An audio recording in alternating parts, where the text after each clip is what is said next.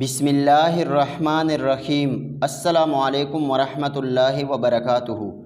तारीख़ का मुताला करने से बहुत से ऐसे वाक़यात मिलते हैं जहां बड़े बड़े हुक्मरानों की अक्लमंदी और दूर अंदेशी को देखकर बड़े बड़े तारीख़ दान तारीख़ लिखते वक्त अपने कलमों को पकड़कर बैठ जाते थे और सोचते थे कि आखिर इन लोगों के पास इतनी ज़हानत और इतनी दूर अंदेशी कहाँ से आती थी, जो बग़ैर किसी टेक्नोलॉजी बग़ैर किसी ज़राए के इतने बड़े बड़े मुश्किल हालात से कैसे निमट लेते। और जहां हम बड़े हुक्मरानों, बड़े बड़े बादशाहों, बड़े बड़े वज़रा, बड़े बड़े हाकिमों की अक्लमंदी और दूर अंदेशी के वाक़यात और किस्से पढ़ते हैं तो वहां हमें सुल्तान सलाहुद्दीन अय्यूबी रहमतुल्लाह अलैह के वाक़यात ज़रूर नज़र आते हैं। जहां सुल्तान सलाहुद्दीन अय्यूबी रहमतुल्लाह अलैह ने अपनी बेहतरीन हिकमत अमली और सही वक्त पर बेहतरीन फ़ैसलों से ये साबित कर दिया कि वाकई आप एक सच्चे आशिक़ रसूल और मुजाहिद थे। एक दफ़ा सुल्तान सलाहुद्दीन अय्यूबी रहमतुल्लाह अलैह दरबार में बैठे एक मुकदमे की समाअत कर रहे थे। इतने में सुल्तान को एक कासिद ने आकर चिट्ठी थी और सुल्तान के कान में कुछ कहने के बाद वो कासिद वहाँ से चला गया। सुल्तान सलाहुद्दीन अय्यूबी रहमतुल्लाह अलैह ने उस चिट्ठी पर अल्फाज पढ़े तो सुल्तान सलाहुद्दीन अय्यूबी रहमतुल्लाह अलैह के चेहरे पर खुशी के आसार परेशानी में बदल गए। सुल्तान के चेहरे के तासुरात को देखकर अली बिन सुफियान समझ चुका था कि ज़रूर सुल्तान को कोई बुरी खबर मिली है। सुल्तान सलाहुद्दीन अय्यूबी रहमतुल्लाह अलैह मुशावरत ख़त्म करके अपने कमरे में चले गए तो पीछे पीछे अली बिन सुफियान भी आपके कमरे में पहुंच गया।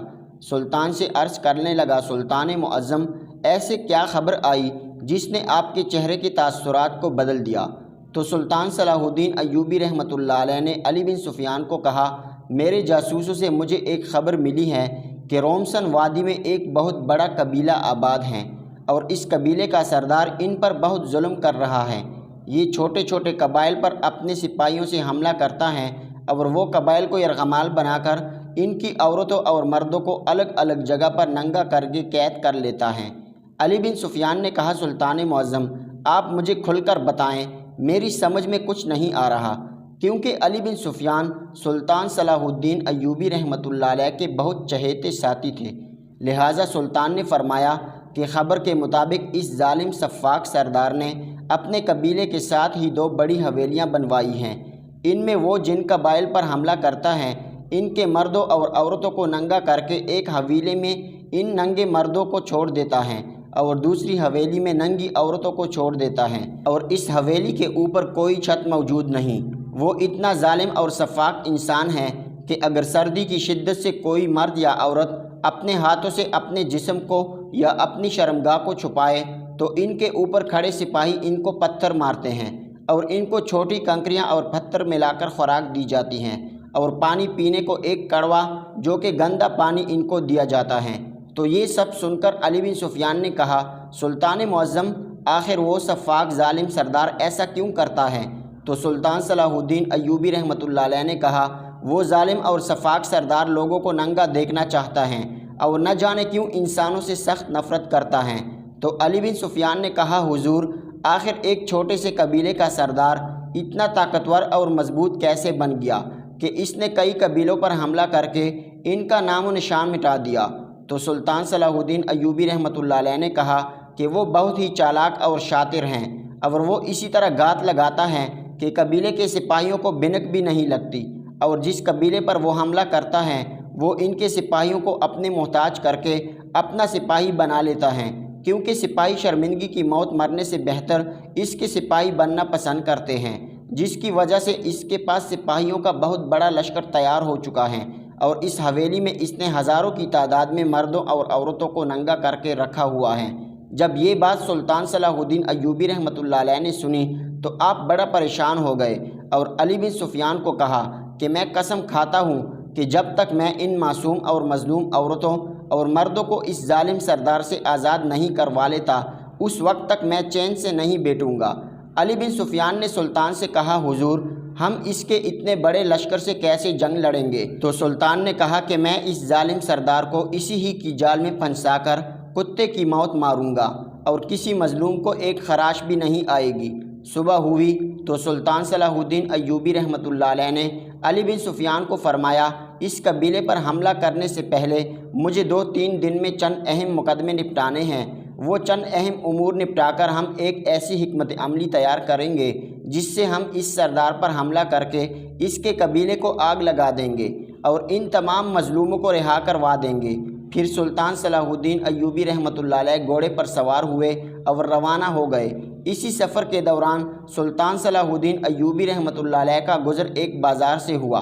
बाज़ार से गुज़रते हुए अचानक सुल्तान की नज़र एक हलवाई की दुकान पर पड़ी। हलवाई वाला कुछ चीज़ें उठाने के लिए वापस पलटा तो आगे से खड़ा एक छोटा सा बच्चा, जिसने हलवाई के रखे हुए हलवे में से थोड़ा हलवा चुरा लिया। ये सब सुल्तान ने देखा तो सुल्तान को बहुत गुस्सा आया। इतनी छोटी उम्र में ये बच्चा बुरी आदत पर लग गया, लेकिन सुल्तान किसी आम काम के लिए तेज़ी से जा रहा था, लिहाजा सुल्तान ने वहाँ रुकना मुनासिब नहीं समझा। सुल्तान अपनी मंजिल की तरफ रवाना हो गया। दूसरे दिन इत्तिफाकन सुल्तान का गुज़र किसी अहम उमूर के सिलसिले में वहाँ से हुआ तो फिर वही वक्त था। सुल्तान इस हलवाई के पास से गुज़रा तो सुल्तान की नज़र फिर उसी बच्चे पर पड़ी। अब सुल्तान सलाहुद्दीन अय्यूबी रहमतुल्लाह अलैह दूर से खड़े देख रहे थे कि क्या बच्चा आज फिर से भी वो चोरी करता है या फिर वो इत्तिफाक था। फिर बच्चे ने दुकानदार से कुछ ऐसी चीज़ मांगी जिसको लेने के लिए दुकानदार पीछे की तरफ गया तो फिर उस बच्चे ने हलवा चुराया, किसी को पता भी नहीं लगने दिया और वहाँ से चला गया। सुल्तान सलाहुद्दीन अय्यूबी रहमतुल्लाह अलैह उस हलवाई वाले के पास गए और फरमाया, ए नौजवान, तुम शक्ल से अच्छे कारोबारी लगते हो, लेकिन एक बात मुझे समझ में नहीं आई।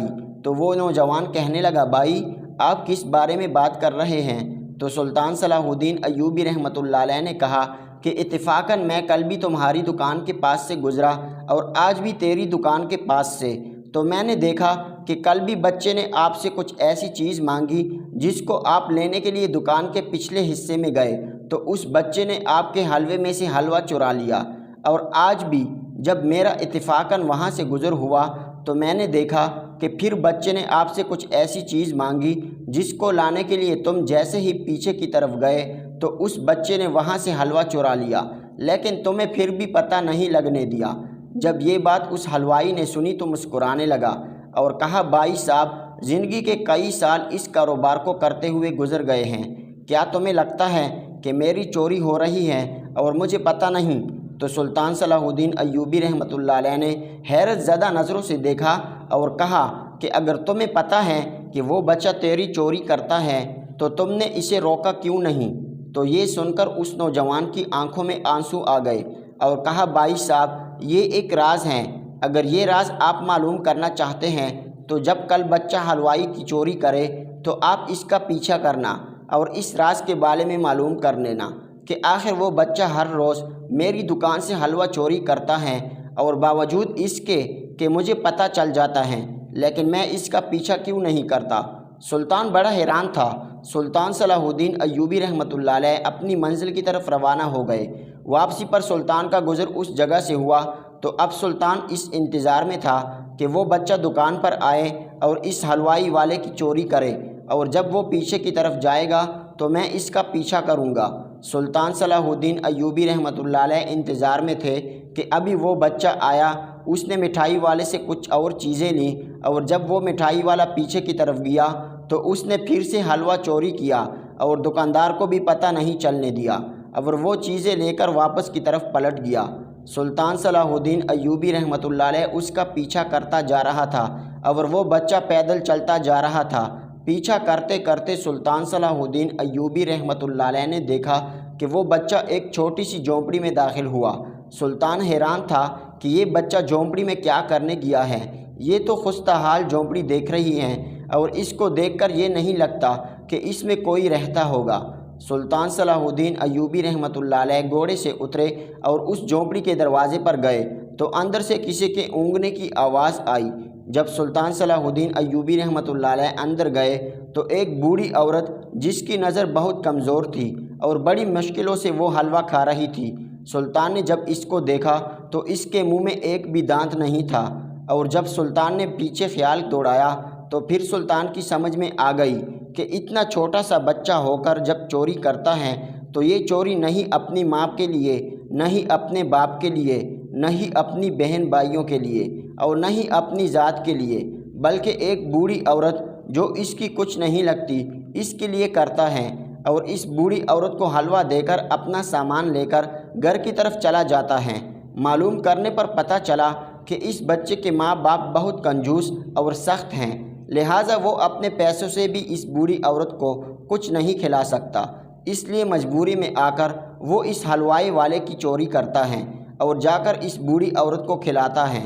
اب سلطان صلاح الدین ایوبی رحمۃ اللہ علیہ اس دکان والے کے پاس گئے اور اسے انعام میں 100 سونے کے سکے دیے اور پھر اور سکے دیے۔ کہا اب اسے اس بچے کو چوری کرنے کی ضرورت نہیں، تم اپنے ہاتھوں سے اس بوڑھی عورت کے لیے کھانے کا بندوبست کر کے اس بچے کو دو گے اور وہ بچہ اس کو جا کر کھلائے گا تاکہ اس کے دل میں ابھی سے یہ نہ ہو کہ وہ غلط کام کر کے نیکی کر رہا ہے۔ اور اس کے بعد سلطان صلاح الدین ایوبی رحمۃ اللہ علیہ 3 دن کے سفر کے بعد واپس اپنے محل کی طرف لوٹے۔ سلطان کے پیچھے جنگ کی تیاریاں مکمل ہو چکی تھی۔ سلطان صلاح الدین ایوبی رحمۃ اللہ علیہ نے اپنے وزیروں اور اپنے ساتھی علی بن سفیان کو اپنے کمرے میں بلایا اور ایک ایسی حکمت عملی تیار کی جس کے تحت اس قبیلے کے سردار کا بچ کر نکلنا مشکل ہی نہیں بلکہ ناممکن تھا۔ وہ حکمت عملی یہ تھی کہ سلطان صلاح الدین ایوبی رحمۃ اللہ علیہ نے ایک جھوٹا قاصد بنا کر اس سردار کی طرف بھیجا اور کہا کہ فلاں قبیلے کا سردار کسی جنگی مہم پر روانہ ہو گیا ہے، لہٰذا تم اس قبیلے پر حملہ کر کے وہاں سے بہت سارا مال اور اس قبیلے کی خوبصورت عورتوں پر قبضہ کر سکتے ہو۔ جیسے ہی یہ سردار چھوٹے سے قبیلے پر حملہ کرنے کے لیے روانہ ہوا، اس کے دل میں بڑے بڑے خیال آ رہے تھے کہ آج ایک اور قبیلہ فتح کر لوں گا اور خوبصورت عورتوں سے اپنی نگاہوں کی پیاس بجھاؤں گا۔ یہ ان خیالی پھلاؤں میں مصروف تھا۔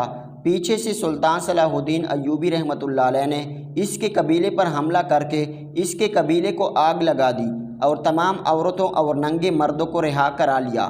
رہا کرانے کا طریقہ یہ تھا کہ سلطان صلاح الدین ایوبی رحمۃ اللہ علیہ نے بہت سارے لباس منگوائے اور لباس اس حویلی کی دیواروں کے اوپر سے پھینکے گئے۔ ہر مرد اور عورت وہ لباس پہن کر باہر آتی گئی۔ سلطان صلاح الدین ایوبی رحمۃ اللہ علیہ ان کو سیدھا مصر میں لے آئے اور ان کے رہنے کے لیے بہت سارے خیمے نصب کیے گئے اور ان کے رہنے کا بندوبست کیا گیا اور ان سارے قبائل کے سپاہیوں، مردوں، عورتوں کا ایک سردار مقرر کیا گیا جو ان کی ضرورت کا خیال رکھتا تھا۔ اس وقت کے عیسائیوں کے بادشاہ رینالڈ کے بھائی کی بیٹی بھی اسی ننگے قافلے میں موجود تھی، اور جب سلطان نے اس قافلے کے لوگوں کو آزاد کرایا تو اس لڑکی نے سلطان صلاح الدین ایوبی رحمۃ اللہ علیہ کا شکریہ ادا کیا اور بتایا کہ میں بادشاہ رینالڈ کی بانجی ہوں اور میں نے تو سنا ہے کہ مسلمان عیسائیوں اور یہودیوں کے دشمن ہیں، ان کو کچا چبا جاتے ہیں اور ان کا خون پی جاتے ہیں۔ اگر آپ نے میرے ساتھ ایسا ہی سلوک کرنا ہے تو میں اسی سردار کی قید میں ننگی ہی خوش ہوں۔ تو سلطان صلاح الدین ایوبی رحمۃ اللہ علیہ نے کہا کہ بیٹی چاہے دشمن کی ہو یا دوست کی، مسلمان اسے اپنی بیٹی سمجھتا ہے اور اپنی نگاہ میں اس کے لیے وہی عزت رکھتا ہے جو اپنی سگی بیٹی، سگی بہن کے لیے رکھتا ہے۔ تمہیں جس نے بھی بتایا ہے کہ مسلمان انتہائی ظالم ہیں، اس نے آپ سے جھوٹ بولا، لیکن ہاں، میدان میں اگر ہمارے ساتھ کسی دشمن کا سامنا ہو تو ہم اسے کچا چبانے کی صلاحیت رکھتے ہیں، لیکن عورتوں کو ہتھیار بنا کر مسلمان کا استعمال کرنا اس کی شان کے خلاف ہے۔ سلطان صلاح الدین ایوبی رحمۃ اللہ علیہ نے اپنے سر کی پگڑی اتاری اور ایک وزیر سے کہا کہ اس کو بادشاہ رینالڈ کے پاس خیر و عافیت سے پہنچایا جائے۔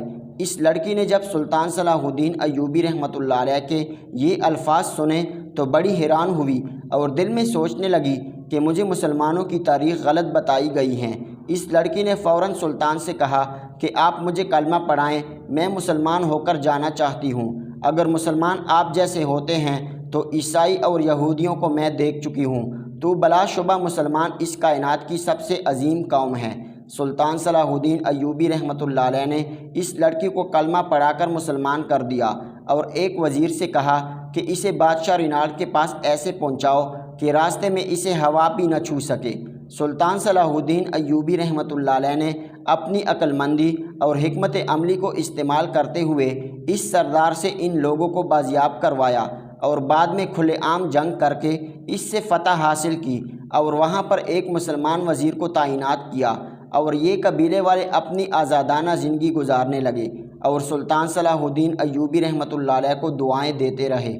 پھر سلطان صلاح الدین ایوبی رحمۃ اللہ علیہ نے عملی طور پر یہ بھی ثابت کیا کہ بیٹی خواہ کسی کی بھی کیوں نہ ہو، مسلمان ہمیشہ اسے اپنی عزت سمجھتا ہے۔ آپ سے گزارش ہے کہ ہمارے چینل کو لائک، شیئر اور سبسکرائب کیجیے۔